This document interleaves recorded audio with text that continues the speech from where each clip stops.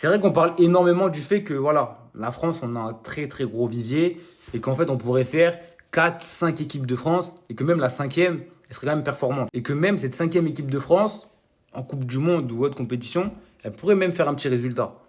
Mais l'Angleterre, les gars, l'Angleterre, c'est la même. Là, Tourelle, il a sorti sa liste. Alors, il y a quand même pas mal de surprises. Il a voulu vraiment créer un groupe. Il n'a pas voulu prendre par rapport au nom, par rapport au statut. Il a vraiment pris une équipe qui sera soudée. Et c'est plus que respectable, il n'y a rien à dire. Mais du coup, c'est Fabrizio Romano, je crois, ou je sais plus c'est qui a fait ça. Ils ont fait une équipe avec les joueurs anglais qui n'ont pas été pris à la Coupe du Monde. Et ça te donne un 11 qui est juste exceptionnel en vrai de vrai. Alors à part offensivement, où ça a un peu pêché un petit peu, notamment de ce côté-là, Palmer, Foden, cette saison c'est compliqué. Bowen, on sait que c'est un gars, frérot, peu importe que son club il descende, peu importe que son club il soit en national, tu sais qu'il va quand même être bon lui.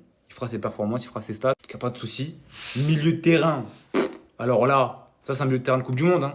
Gibbs White, Alex Scott, Wharton, ça bosse, t'as aucun souci à te faire. Et même la défense, Luke Shaw, Colwill, Maguire, Trent. Et après, t'as même Nick Pope au cage. Les gars, cette équipe, honnêtement, elle est vraiment, vraiment forte. Et c'est l'équipe des non sélectionnés.